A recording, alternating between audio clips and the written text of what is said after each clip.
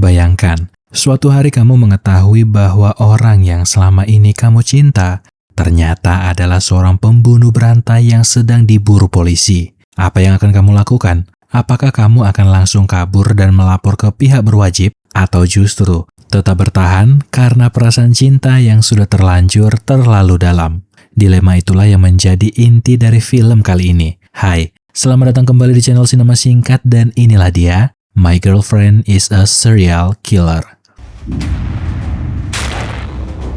Etsuro Korosu adalah seorang hikikomori, seseorang yang menarik diri dari kehidupan sosial. Ia tidak memiliki teman, gagal masuk universitas, dan merasa dirinya tidak berguna. Ia hidup sendirian, terisolasi, serta kehilangan tujuan hidup. Karena merasa masa depannya telah hancur dan tidak ada lagi harapan, ia mencoba mengakhiri hidupnya sendiri dengan cara di apartemennya.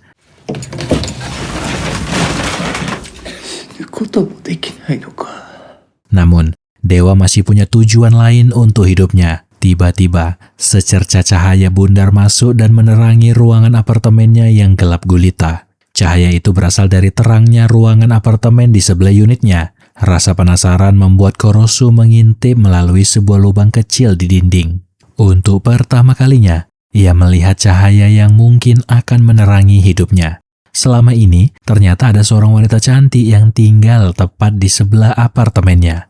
Seketika, jantungnya berdegup kencang. Pandangan Korosu tak sekalipun lepas dari wajah cantik dan kulit putih bersih wanita itu. Sejak hari itu, hidup Korosu berubah. Kini ia memiliki satu tujuan, yaitu memandangi wanita cantik di apartemen sebelah setiap hari. Ya, meskipun terdengar mengerikan dan menjijikkan, itulah yang dilakukan oleh Korosu.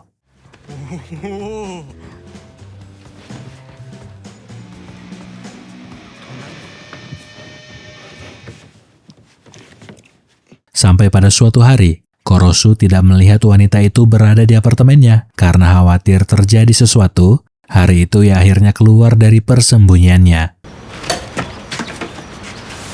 Namun yang tidak ia sadari adalah ada seorang wanita yang memperhatikan tingkah lakunya yang aneh.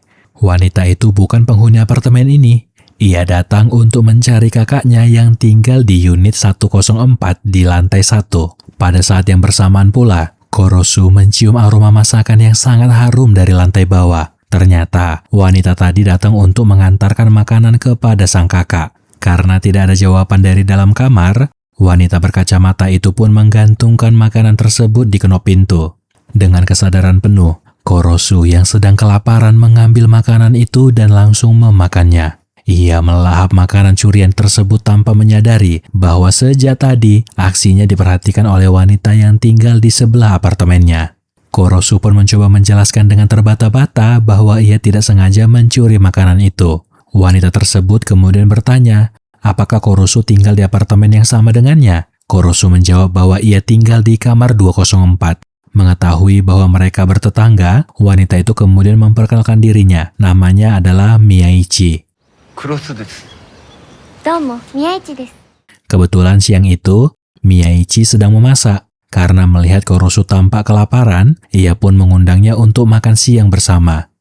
Di momen itulah, Korosu akhirnya bisa melihat langsung kondisi kamar dan tempat tinggal wanita yang selama ini ia intip. Ternyata, Miyaichi adalah seorang mahasiswi. Pada saat yang sama, ia menyadari adanya lubang di dinding yang selama ini ia gunakan untuk mengintip. Ia pun langsung berusaha untuk menutupinya. Namun Miyaichi sudah keburu datang membawa makanan di tangannya. Untungnya, ia tidak menyadari keberadaan lubang tersebut. Singkat cerita, mereka pun makan siang bersama. Selama 2 tahun untuk pertama kalinya, Korosu akhirnya bisa menikmati masakan rumahan selain ramen. Miyaichi hanya tertawa geli ketika melihat betapa lahapnya Korosu menyantap masakannya.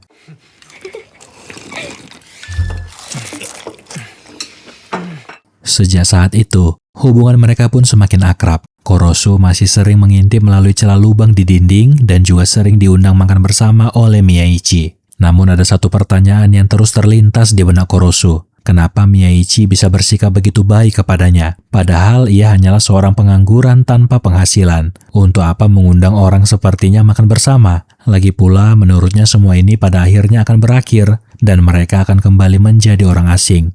Namun Miyaichi menanggapi pertanyaan itu dengan sangat baik. Ia merasa bahwa pertemuan mereka pasti memiliki satu tujuan. Lagi pula, jika mereka bisa saling terhubung dengan baik, bukankah itu bukan sebuah masalah? Jawaban Miyaichi itu semakin membuat Korosu menyukainya. Bahkan kini ia benar-benar jatuh cinta kepada Miyaichi. Untuk beberapa waktu, Korosu mulai mengurangi kebiasaannya mengintip Miyaichi. Namun, rasa penasaran seorang pria memang sulit dihilangkan. Hingga pada suatu malam, ia kembali mengintip melalui celah lubang itu. Malam itu, ia melihat Miyaichi menggunakan mantel hujan dan membawa seorang pria selain dirinya masuk ke dalam apartemennya. Pria itu tampan dan mengenakan jas lengkap. Mungkinkah mereka sedang berpacaran? Atau mungkin mereka akan melakukan sesuatu malam itu? Dari balik celah lubang, Korosu melihat Miyaichi bergerak seolah sedang menari. Tangannya melingkar dengan anggun ke arah leher pria tersebut. Namun, entah apa yang sebenarnya terjadi tiba-tiba. Malam itu, Korosu melihat sisi lain dari Miyaichi. Apakah semua yang ia lihat benar-benar nyata? Atau hanya halusinasinya semata? Di tengah derasnya hujan, Korosu panik. Ia bingung harus berbuat apa. Tiba-tiba terdengar suara ketukan di pintunya. Di balik pintu, Miyaichi berdiri sambil membawa makanan di tangannya. Tidak ingin membuat wanita itu curiga, Korosu pun mempersilahkannya masuk. Saat mereka makan malam bersama, sebuah mobil van hitam datang. Belum diketahui siapa mereka dan apa tujuan kedatangan mereka. Namun yang pasti, mereka bukan penghuni apartemen ini. Singkat cerita, Miyaichi kembali ke apartemennya. Saat itulah Korosu kembali mengintip untuk memastikan apa yang sebenarnya ia lihat sebelumnya. Namun, ada sesuatu yang aneh. Kondisi apartemen Miyaichi tampak bersih. Tidak ada bercak cairan merah dan tidak ada tubuh pria berjas itu.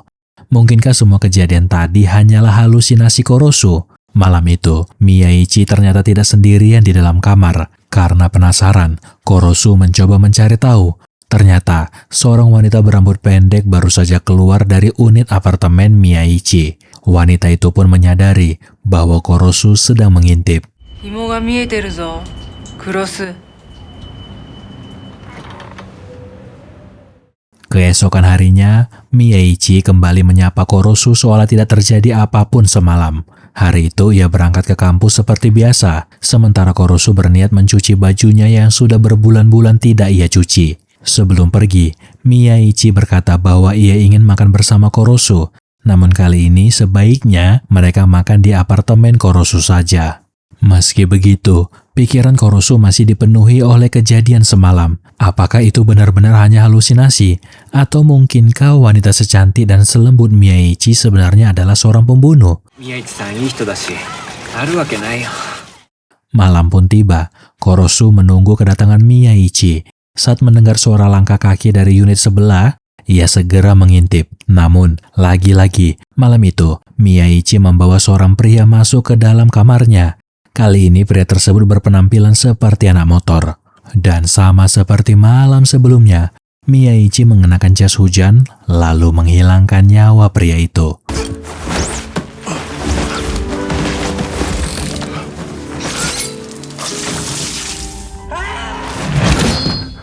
Kini Korosu sadar bahwa apa yang ia lihat sebelumnya bukanlah halusinasi.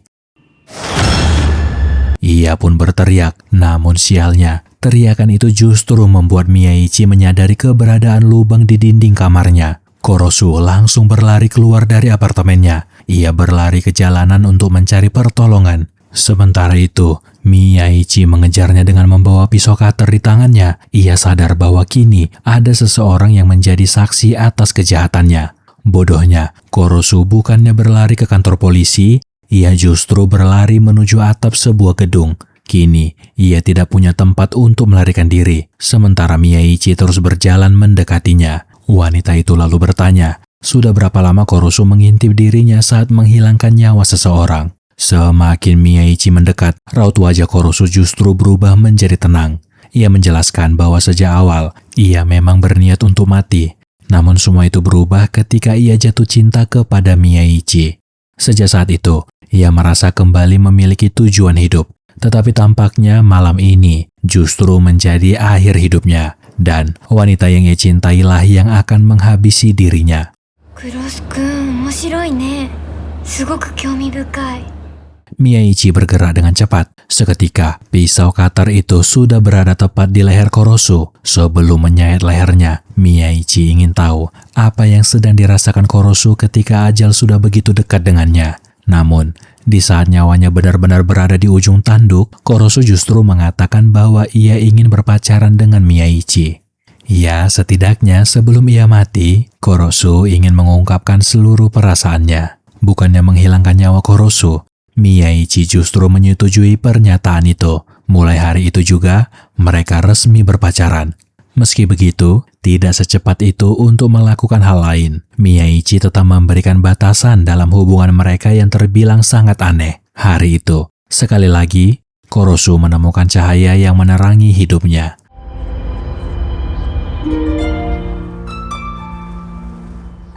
Kehidupan Korosu pun terus berlanjut. Kini mereka resmi menjadi sepasang kekasih. Pada suatu hari, secara tidak sengaja, Korosu kembali bertemu dengan penghuni unit di lantai bawah, yaitu wanita berkacamata yang sebelumnya datang mencari kakaknya. どうも。じゃあね。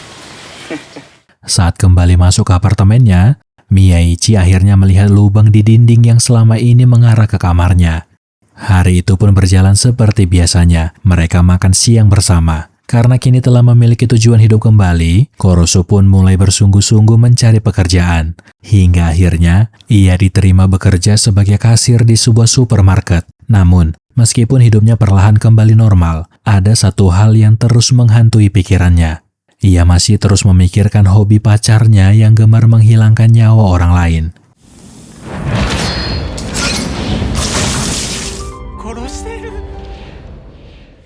Cara mereka berdua berpacaran pun bisa dibilang unik. Karena masing-masing belum pernah menjalani hubungan sebelumnya, mereka saling berkomunikasi dengan cara yang aneh. Seperti saat ini, Miyaichi berbicara dengan Korosu melalui celah lubang di dinding. Malam itu, Miyaichi meminta Korosu untuk menemaninya pergi ke kampus keesokan harinya. Ya, karena kini ia sudah punya pacar, tidak ada salahnya kalau meminta sang pacar membantu membawakan microwave miliknya ke dalam kampus. Ternyata, Miyaichi adalah mahasiswi yang sangat populer di kampusnya. Tak jarang, banyak pria yang menyukainya, bahkan berani mengungkapkan perasaan mereka kepadanya. 彼氏です。彼氏。 Para pria yang mengagumi Miyaichi pun heran. Bagaimana mungkin pria seperti Korosu ini bisa menjadi pacar Miyaichi? Hari itu, Korosu merasa sangat bahagia. Ia bahkan bertekad untuk kembali mengikuti ujian masuk perguruan tinggi agar bisa kuliah di kampus yang sama dengan pacarnya. Pada akhirnya, apakah Korosu akan mengesampingkan fakta bahwa Miyaichi adalah seorang pembunuh dan membawa hubungan mereka ke arah yang lebih serius? 来年ここに入って、どうしたの？宮市さんにたかる虫どもを追い払います。僕、宮市さんにふさわしい男になります。 Semakin lama mereka bersama, Korosu justru semakin dibuat khawatir dengan perilaku pacarnya. Bagaimana tidak? Setiap kali mereka pergi berkencan, Miyaichi tidak ragu menghilangkan nyawa seseorang, bahkan di siang hari saat suasana sedang sepi. 何かしたんですか？ ダメでしょ。どんな理由があっても。 Yang lebih aneh lagi, tidak pernah ada berita di surat kabar mengenai kasus-kasus pembunuhan yang terjadi di area tersebut. Sepulang bekerja dengan pikiran yang masih dipenuhi oleh berbagai pertanyaan, Korosu berjalan menuju apartemennya. Secara tidak sengaja, ia bertemu dan berkenalan dengan seorang penghuni di lantai 1. Pria itu tampaknya sangat menyukai kucing liar dan sering memberi makanan kucing-kucing yang berkeliaran di sekitar apartemen mereka. Sore harinya, Korosu memiliki janji bertemu dengan Miyaichi di sebuah taman.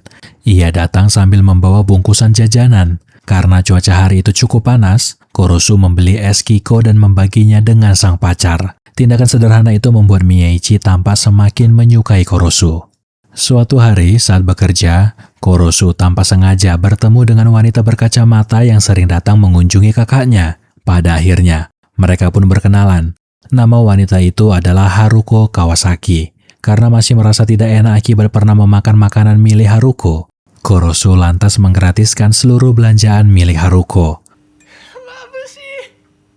Malam pun tiba dengan perasaan gembira. Korosu menunggu Miyaichi datang untuk makan malam bersama. Namun, saat melihat melalui celah lubang di dinding, ia melihat kalau ada secari pesan yang tertempel di dinding. Tepat pukul 10 malam, setelah Korosu selesai membersihkan apartemen dan merapikan dirinya, Miyaichi akhirnya pulang. Namun lagi-lagi ia tidak sendirian. Ada seorang pria yang terbaring di atas tempat tidurnya dengan mulut dan kedua tangannya yang terikat oleh lakban. Pria itu ternyata adalah penghuni apartemen di lantai bawah. Mengetahui hal itu, Korosu langsung berteriak, meminta Miyaichi agar tidak membunuh pria tersebut. Ia hanya bisa bertanya-tanya, apa yang telah dilakukan pria itu hingga menjadi target pembunuhan Miyaichi. Namun, Korosu tidak bisa berbuat apa-apa. Dalam sekejap, pisau itu menyayat leher pria malang tersebut. Tak lama kemudian, sekelompok pria mengenakan pakaian APD lengkap masuk ke dalam apartemen Miyaichi dan langsung membersihkan seluruh tempat kejadian. Ternyata, inilah alasan mengapa tidak pernah ada bekas kejahatan ataupun bukti dari setiap pembunuhan yang dilakukan oleh Miyaichi. Dan wanita berambut pendek yang sebelumnya sempat dilihat oleh Korosu, rupanya adalah orang yang bertanggung jawab atas proses pembersihan tersebut. Tanpa diperintahkan oleh siapapun, Korosu nekat masuk ke dalam apartemen milik Miyaichi. Melihat kedatangan Korosu, wanita berambut pendek itu langsung berkata, apa sih sebenarnya yang dilihat Miyaichi dari pria selama ini? Wanita bernama Reina Enmeiji itu kemudian menjelaskan bahwa setiap kali Miyaichi menghilangkan nyawa seseorang, ia selalu menyayat bagian arteri karotis korban. Setelah itu, tugas Reina dan timnya adalah membersihkan mayat sekaligus menghilangkan seluruh jejak di tempat kejadian. Namun, apa yang kemudian dilihat oleh Korosu jauh lebih mengerikan. Tubuh pria itu kini dipotong menjadi beberapa bagian. Reina kembali menjelaskan bahwa di dunia ini bukan hanya dirinya yang bertugas membersihkan para mayat. Masih banyak orang lain di berbagai belahan dunia yang memiliki pekerjaan yang serupa dengannya. Bahkan, anting yang dikenakannya berasal dari potongan jari manusia.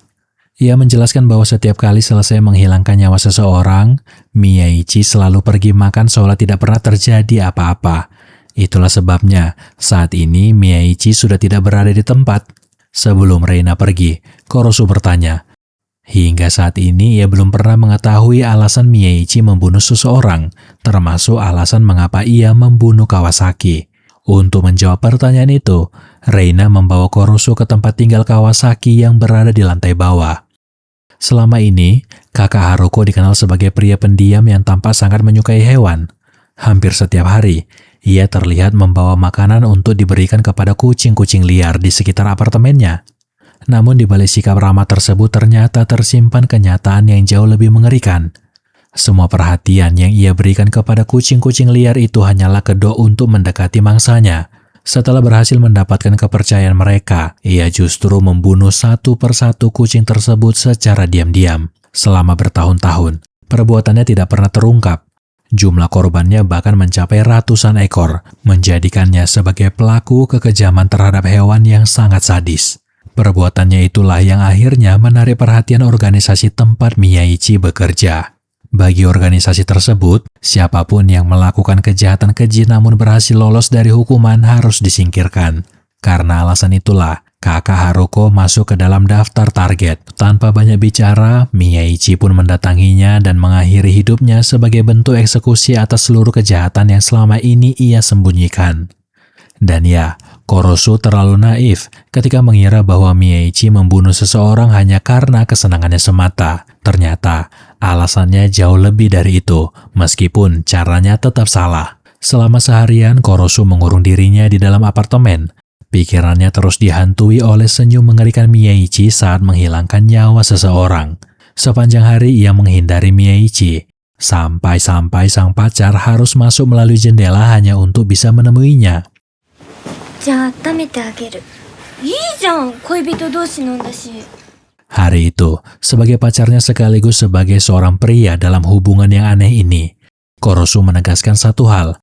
Menurutnya, membunuh seseorang tetaplah tidak baik. Miyaichi memahami maksud perkataan Korosu. Namun, bagi dirinya, ia adalah keadilan itu sendiri. Ia menghilangkan nyawa orang-orang jahat. Kalau bukan dirinya, lantas siapa yang akan menghukum mereka? Meski begitu, Korosu tetap tidak ingin melihat Mieichi membunuh orang lagi.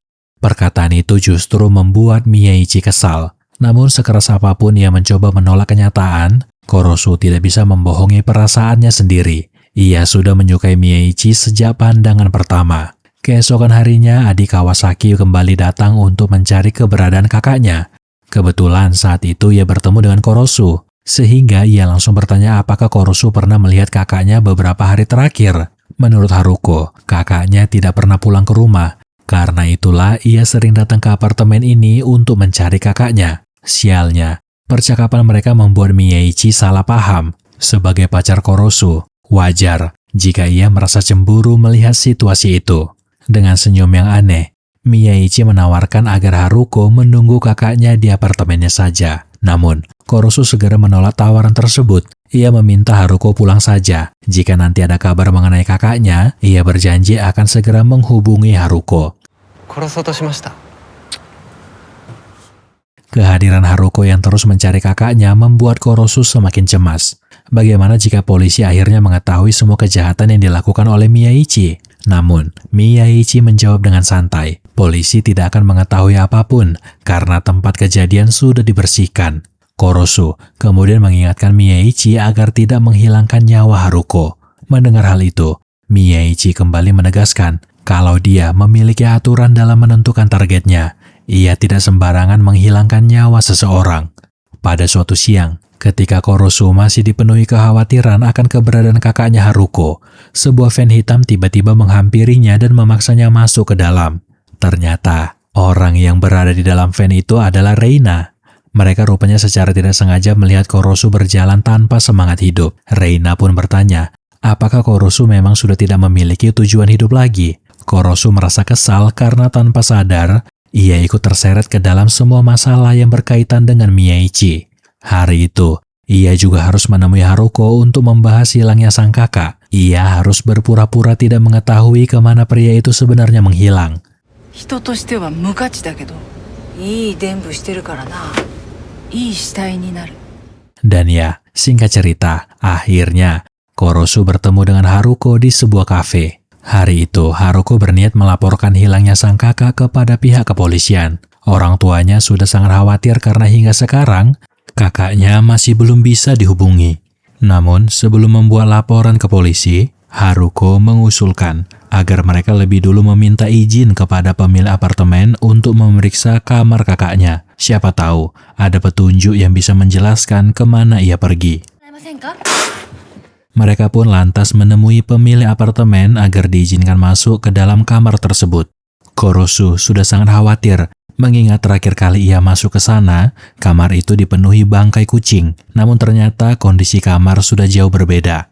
Ruangan itu kini tampak bersih, rapi, dan sama sekali tidak ada bau amis darah kucing seperti sebelumnya. Di dalam kamar itu terdapat sebuah tiket menuju Thailand. Artinya, pria itu diduga pergi ke sana tanpa memberitahukan keluarganya. Dan akhirnya, pertanyaan Haruko mengenai kemana perginya sang kakak pun seolah terjawab. Korosu sempat merasa lega karena masalah itu akhirnya selesai. Namun, rasa leganya tidak bertahan lama. Dari kejauhan, di malam itu, ia melihat Mieichi sedang bersama seorang pria. Bahkan pria itu terlihat merangkul Mieichi seolah hubungan mereka sudah sangat dekat. Rasa cemburu pun mulai muncul. Saat makan malam bersama seperti biasa, Korosu mencoba mencari tahu apakah hari itu Mieichi bertemu dengan seseorang. Ia khawatir Mieichi ingin menggantikannya dengan pria lain, lalu berniat menghilangkan nyawanya. Ya, intinya mereka berdua sama-sama saling cemburu. Mieichi cemburu karena Korosu tiba-tiba begitu peduli kepada seseorang. Padahal selama ini, ia selalu mengasingkan diri dari orang lain. Terlebih lagi, orang itu adalah seorang wanita. Sebaliknya, Korosu juga cemburu kepada pria yang tadi bersama Mieichi. Pria berambut gimbal yang menurutnya terlihat sangat aneh. Di tengah suasana yang penuh ketegangan itu, Korosu mencoba memperbaiki hubungan mereka agar kembali seperti semula.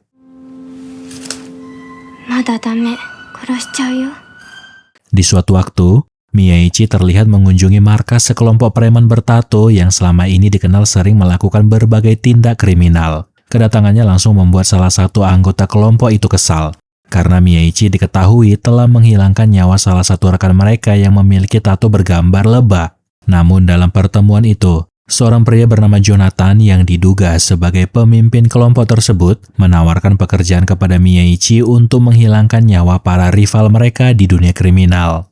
Awalnya, Miyaichi menolak tawaran itu, namun ketika nama Korosu ikut dibawa ke dalam pembicaraan, langkahnya seketika terhenti. 隣人さらっちゃうよ。 Keesokan harinya, Miyaichi menunggu Korosu di depan minimarket tempat dia bekerja. Kedatangannya bukan untuk menjemput Korosu, melainkan diam-diam menjaga keselamatan Korosu tanpa sepengetahuannya. Saat mereka kembali ke apartemen, Haruko sudah berdiri menunggu di depan kamar Korosu. Kedatangannya kali ini untuk menunjukkan sebuah kartu pos yang dikirimkan oleh kakaknya. Dalam kartu pos tersebut, sang kakak menulis surat yang dikirimkan dari Bangkok, Thailand. Namun meskipun begitu, Haruko tetap merasa ada yang janggal. Untuk apa kakaknya tiba-tiba pergi ke luar negeri sendirian tanpa memberi kabar kepada keluarganya? Di saat yang bersamaan, Haruko tiba-tiba kehilangan kesadarannya. Dan saat itulah, Miyaichi muncul dengan mengenakan jas hujan yang biasa ia pakai setiap kali untuk membunuh. Korosu langsung berusaha menghentikan niat Miyaichi. Ia memohon agar Miyaichi berhenti menghilangkan nyawa orang lain, terutama orang yang tidak bersalah. Bukankah sebelumnya Miyaichi pernah mengatakan bahwa ia memiliki aturan dalam menentukan targetnya? Lalu mengapa kali ini ia ingin menghilangkan nyawa Haruko? Lagi pula, menurut Korosu, suatu hari nanti bisa saja dirinya yang menjadi korban. Mendengar perkataan itu, Miyaichi justru memberikan sebuah pilihan kepada Korosu. Kalau begitu, bagaimana jika Korosu saja yang menghilangkan nyawa wanita ini? Namun tentu saja, Korosu tidak mungkin melakukan hal seperti itu. Singkat cerita, Haruko hanya tertidur hingga sore hari. Saat ia terbangun, Miyaichi sudah tidak ada di sana, hanya Korosu yang menemaninya. Haruko merasa nyaman dengan sikap Korosu yang baik dan ramah terhadapnya. Hari itu, ia pun bertanya, apa sebenarnya yang membuat Korosu menyukai Miyaichi? 私黒さんのことが好きです。 Tak lama kemudian, Haruko justru mengungkapkan perasaannya kepada Korosu. 私じゃやっぱりダメかな。 Di saat yang sama, Reina bersama timnya datang. Mereka mengira hari itu Miyaichi akan kembali membunuh seseorang. お邪魔しました。 Namun kenyataannya berbeda. Untuk pertama kalinya, Reina mendengar bahwa Miyaichi tidak jadi menghilangkan nyawa targetnya. Reina pun menegaskan kepada Korosu agar tidak terus menghalangi Miyaichi menjalankan pekerjaannya. 狼は狼としかつるまない。お前、宮市を無駄に狂わせるな。 Setelah menemui Korosu, Reina kemudian menemui Miyaichi. Ia kembali menegaskan bahwa dirinya dan seluruh tim sudah sangat sibuk. Maksudnya, jangan lagi melibatkan mereka dalam urusan asmara dan cinta segitiga yang menurutnya sama sekali tidak penting. Sementara itu, di sisi lain, Korosu kembali menemui Haruko. Hari itu, Haruko meminta maaf atas semua perkataannya beberapa waktu lalu. Namun meskipun begitu, ia tetap berusaha untuk mengungkapkan isi hatinya. Menurut Haruko, Korosu jauh lebih cocok bersama dirinya dibandingkan dengan Miyaichi. Sebelum berpisah, Haruko berkata bahwa besok ia akan menunggu Korosu di kafe yang sama, tepat pukul 8 malam untuk mendengar jawaban dari Korosu. Hari itu, Korosu pulang dengan langkah yang lesu. Di saat yang bersamaan, sebuah van hitam berhenti di dekatnya. Namun kali ini, bukan Reina yang memaksanya masuk ke dalam kendaraan tersebut, melainkan kelompok kriminal yang sebelumnya mengancam Miyaichi. Mereka sengaja menculik Korosu agar Korosu mau membujuk Miyaichi untuk bekerja sama dengan kelompok mereka. Karena jika tidak, mereka akan melaporkan pembunuhan yang dilakukan oleh Miyaichi terhadap salah satu anggota mereka. 何をそんな意固地になってんの。殺されたんですけどって警察行くわ。 Melihat Korosu tetap bersikeras tidak ingin melibatkan Miyaichi lagi dalam urusan bunuh-membunuh, kelompok kriminal itu akhirnya memberikan sebuah peringatan untuk Miyaichi. Hari itu, mereka masih membiarkan Korosu pulang dengan selamat, namun di pipinya kini terdapat luka sayatan. Melihat luka tersebut, Miyaichi langsung dipenuhi amarah dan ingin membalas mereka semua. Tetapi Korosu segera menghentikannya. Miyaichi benar-benar tidak mengerti mengapa Korosu terus melarangnya untuk membunuh. Baginya, ia memang tidak bisa berhenti menghilangkan nyawa orang, terutama orang-orang jahat. Sejak dulu hingga sekarang, itulah jalan hidup yang telah ia pilih. Hari itu, dengan berat hati, Miyaichi memutuskan untuk mengakhiri hubungan mereka. Ia merasa masa depan damai yang diimpikan oleh Korosu tidak akan pernah bisa diwujudkan bersamanya. 壁の穴もう塞いといて。 Keesokan harinya, saat sedang bekerja, Korosu bertemu dengan Reina. Reina mengatakan bahwa malam ini, Miyaichi telah meminta timnya untuk bersiap membersihkan mayat dalam jumlah besar. Sepertinya, malam ini, Miyaichi benar-benar berniat untuk membantai seluruh kelompok kriminal tersebut. 一日でやるには数が多すぎる。 Hingga pada suatu malam, Korosu kembali melihat cahaya lampu dari celah lubang di dinding. Malam itu, Miyaichi kembali membunuh. Namun, ada satu hal yang langsung disadari Korosu. Wajah Miyaichi tidak lagi tersenyum saat menghilangkan nyawa seseorang. Berbeda dengan semua pembunuhan yang pernah ia lihat sebelumnya. Saat itulah Korosu sadar, kali ini, Miyaichi membunuh bukan karena kesenangan, melainkan karena amarah. Ia pun segera mengejar Miyaichi menuju markas kelompok kriminal itu. Ia bahkan tidak lagi memperdulikan Haruko yang sedang menunggunya di kafe. Korosu datang hanya untuk satu tujuan, menghentikan semua pembunuhan ini. Meski hanya seorang diri, ia tetap berusaha melawan dan menyerang para kriminal tersebut.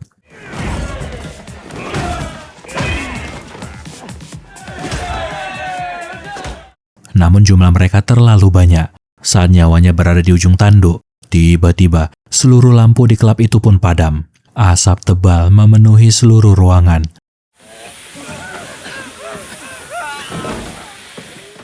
Di tengah kegelapan, Miyaichi muncul dengan jas hujan yang selalu ia kenakan, serta tatapan yang begitu dingin. Saat melihat tubuh Korosu tergeletak di lantai, Miyaichi langsung menggenggam pisau cutter di tangannya. Seolah sedang menari, ia bergerak dengan sangat lincah sambil menyait leher mereka satu persatu.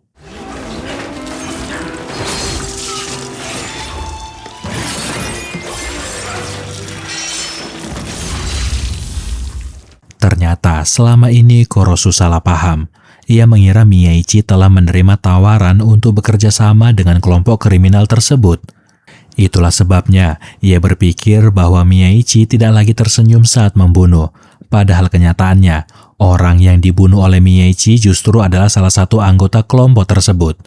Pada akhirnya, setelah melalui semua peristiwa tersebut, dan melihat betapa besar perhatian serta kasih sayang Korosu kepada Miyaichi, yang bahkan rela mempertaruhkan nyawanya demi menghentikan semua ini, hubungan mereka pun kembali seperti semula.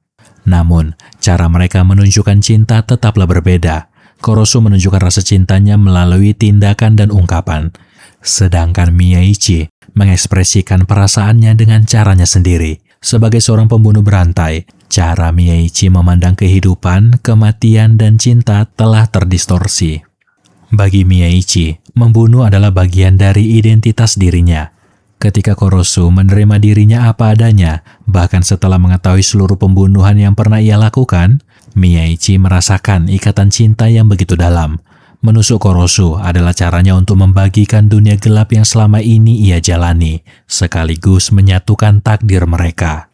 Setelah semua rahasia akhirnya terungkap, Miyaichi menyadari bahwa hidup yang selama ini ia jalani tidak akan pernah bisa kembali normal. Pria yang ia cintai ternyata mampu menerima sisi tergelap dirinya, bahkan setelah mengetahui seluruh pembunuhan yang telah ia lakukan. Namun bagi Miyaichi, cinta tidak pernah bisa dipisahkan dari kematian. Setelah semuanya selesai, Miyaichi berniat meninggalkan kota ini. Hari itu ia kembali bertemu dengan Reina dan meminta Reina untuk membersihkan apartemen yang dulu pernah menjadi tempat tinggalnya dan juga kamar Korosu.